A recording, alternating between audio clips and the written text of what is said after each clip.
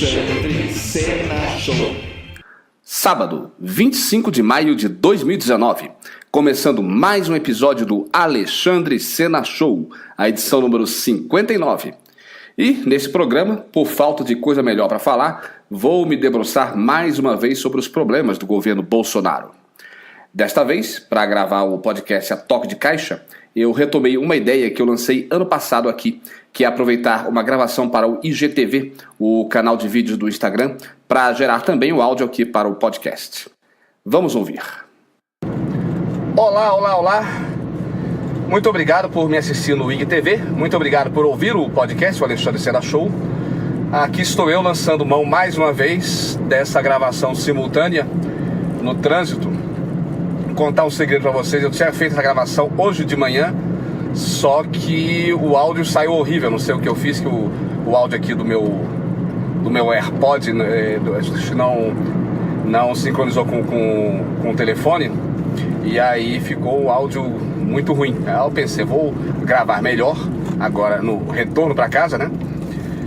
Agora final de tarde desta sexta-feira, e por absoluta falta de assunto melhor, vamos falar do desgoverno de Jair Bolsonaro. Só lembrando que eu sou anti-Bolsonaro, então se você é um bolsominion, se você é fã do mito, nem perca seu tempo assistindo esse IGTV e ouvindo o podcast, porque aqui eu vou meter o pau no Bolsonaro. A gente viu aí semana passada a manifestação aí no dia 15 de maio, estudantes aí protestando contra os cortes da educação, e realmente foi um momento emblemático aí nesse início de desgoverno, porque deixou claro que o governo Bolsonaro simplesmente está se esfacelando, perdendo apoio popular, sem força no Congresso para aprovar medidas importantes aí. Foi um recado claro aí das ruas, dos estudantes, que a insatisfação é grande, ainda que os defensores do Bolsonaro vêm com aquela ladainha de que só tinha petista nas manifestações, era só Lula livre, não sei o que, que era só gente esquerda, mas o fato é que essas manifestações tiveram sim presença maciça de eleitores de Bolsonaro que estão descontentes com os cortes da educação. Estudantes de universidades federais ou de institutos federais que muitos votaram no Bolsonaro. O Bolsonaro teve um resultado muito bom eleitoralmente entre os jovens, e então essa história, essa ladainha de que foram protestos de esquerda não colou muito, não. Claro, teve presença de partidos políticos, claro, todo mundo tenta capitalizar de alguma forma isso politicamente, mas o protesto foi um protesto legítimo do movimento estudantil e das entidades ligadas às universidades e institutos federais. O que chama a atenção é a forma como o governo vem reagindo a essas dificuldades. Parece que o Bolsonaro e sua equipe quer apagar fogo com gasolina. Um exemplo claro que foi nessa manifestação, e no dia da manifestação o Bolsonaro estava fora do país e, em vez de comentar de uma maneira civilizada sobre essa manifestação, resolveu taxar os manifestantes de idiotas úteis, né? Isso não pegou bem, mesmo entre apoiadores de Bolsonaro, gente que é como é que fala?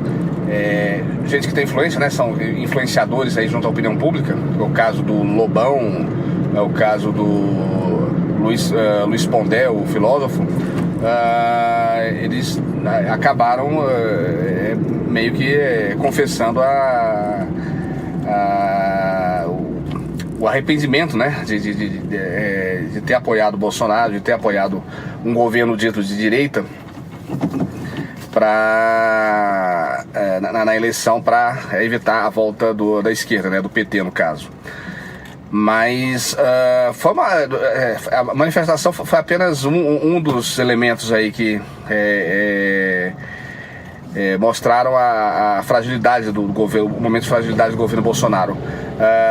Antes dela, já diversas declarações desastrosas do Bolsonaro e do ministro da Educação, tal lá de Abraham Weintraub, sei lá, com nome esquisito da porra, Abraham Weintraub, ministro da Educação, já sinalizava que algo não ia bem no governo, porque declarações infelizes, informações desencontradas. O Weintraub, inclusive, chegou ao Congresso, foi ao Congresso porque o governo perdeu a votação assim, de maneira fragorosa. A base governista não conseguiu impedir que a convocação do ministro para explicar sobre a questão do contingenciamento aí, das verbas da educação. E o governo tem passado apuros aí no Congresso.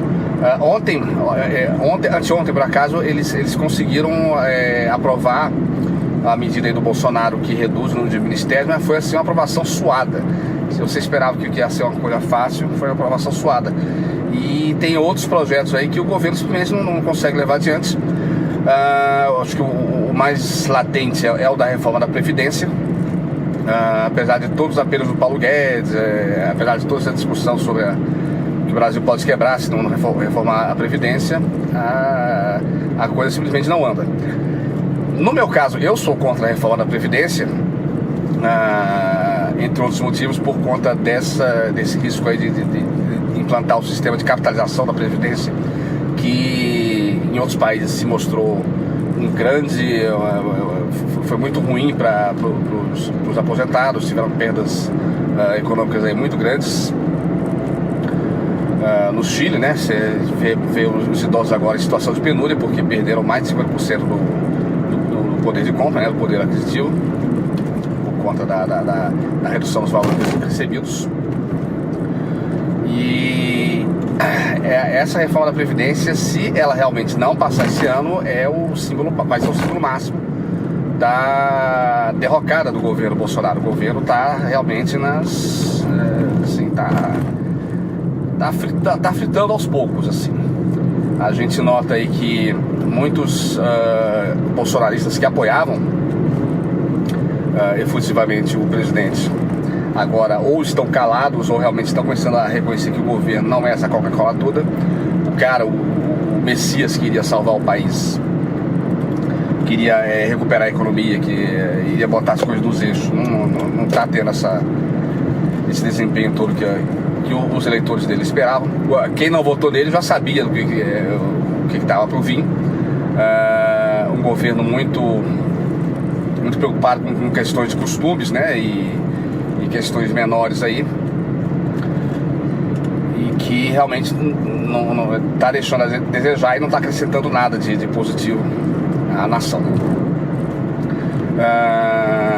Na imprensa também você vê que até veículos que apoiaram em editorial a eleição de Bolsonaro por conta do risco do PT voltar ao governo, agora já estão revendo suas posições. Um artigo que repercutiu muito, que foi publicado na quarta-feira, eu estou gravando na sexta, na quarta-feira anteontem, Miriam Leitão publicou um artigo no Globo dizendo escancaradamente que o Bolsonaro não sabe governar. Ele não sabe o que fala, ele não sabe e não tem conhecimento técnico sobre as propostas que o governo dele está defendendo. Age muito no sentido de dificultar, em vez de procurar aproximação com o Congresso para de repente formar uma base de sustentação, de apoio às votações de interesse do governo no Congresso. Ele faz olha só que por coincidência, estou passando aqui na passarela e tem uma faixa falando sobre a manifestação pró-Bolsonaro que vai ser agora no domingo. Essa manifestação também acho que vai dar o que falar. Vamos ver quais vão ser os reflexos políticos dessa manifestação de domingo. E domingo dia 26 agora. Mas voltando, o Bolsonaro ele tem essa dificuldade de articular com o Congresso, o que é muito estranho, porque ele foi congressista durante mais de 20 anos, então ele sabe como é que as coisas funcionam no Congresso. Ele age muito de ficar fazendo provocações, né, e governar por redes sociais, por tweets, né.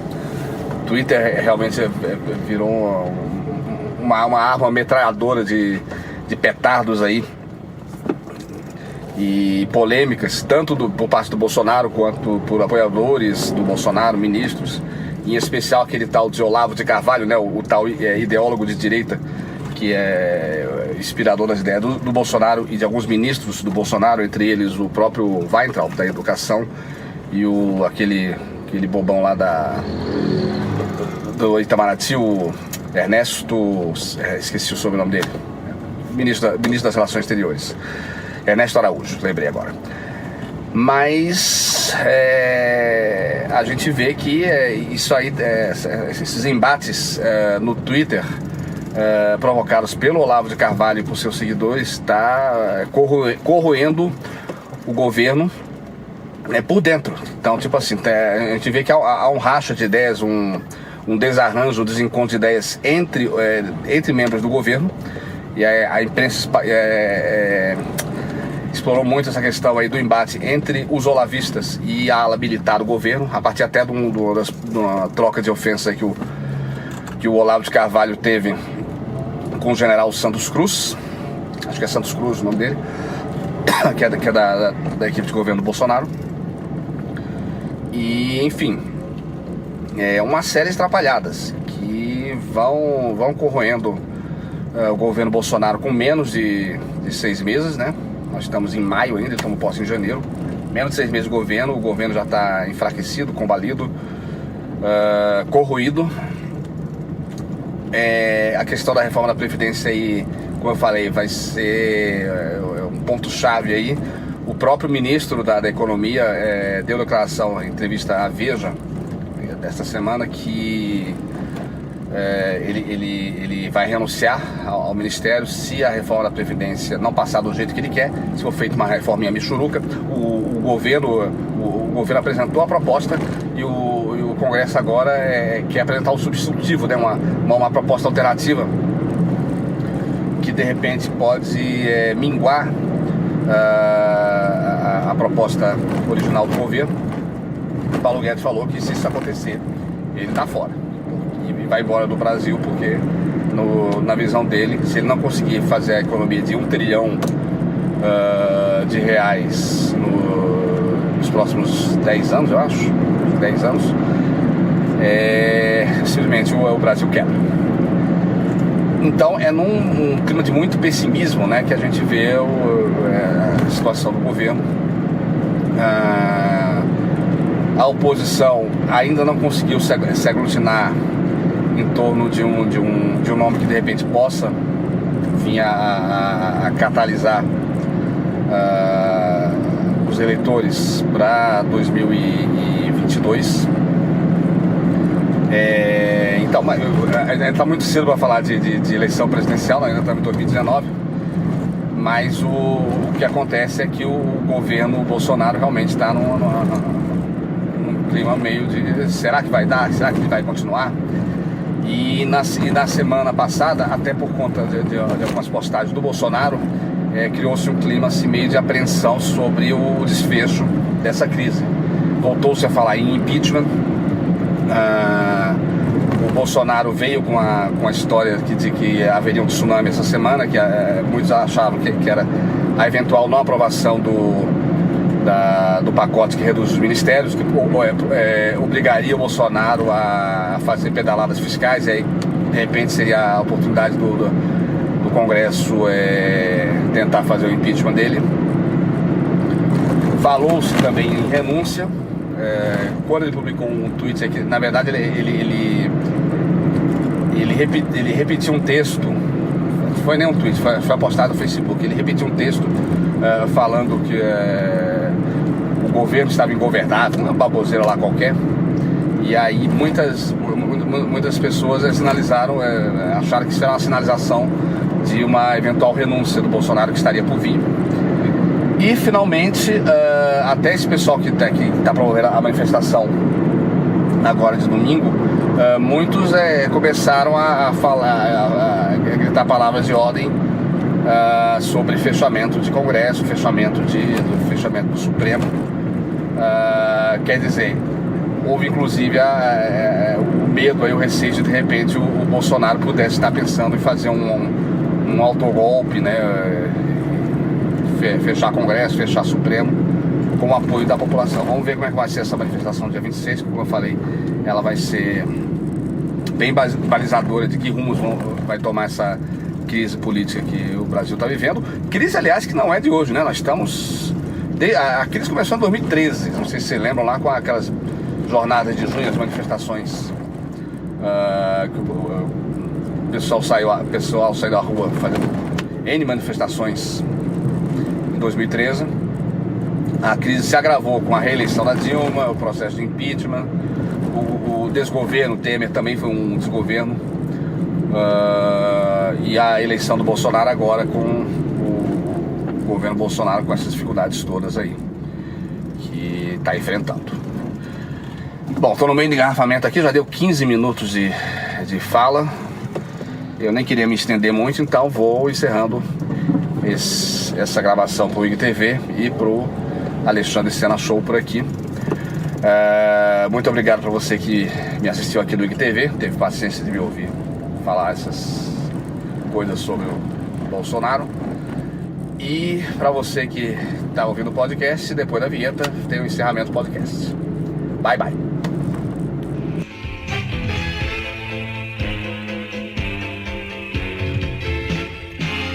Alexandre Sena Show. E vamos terminando esta edição 59 do Alexandre Sena Show. O próximo episódio, o de número 60, está previsto para ir ao ar no dia 15 de junho.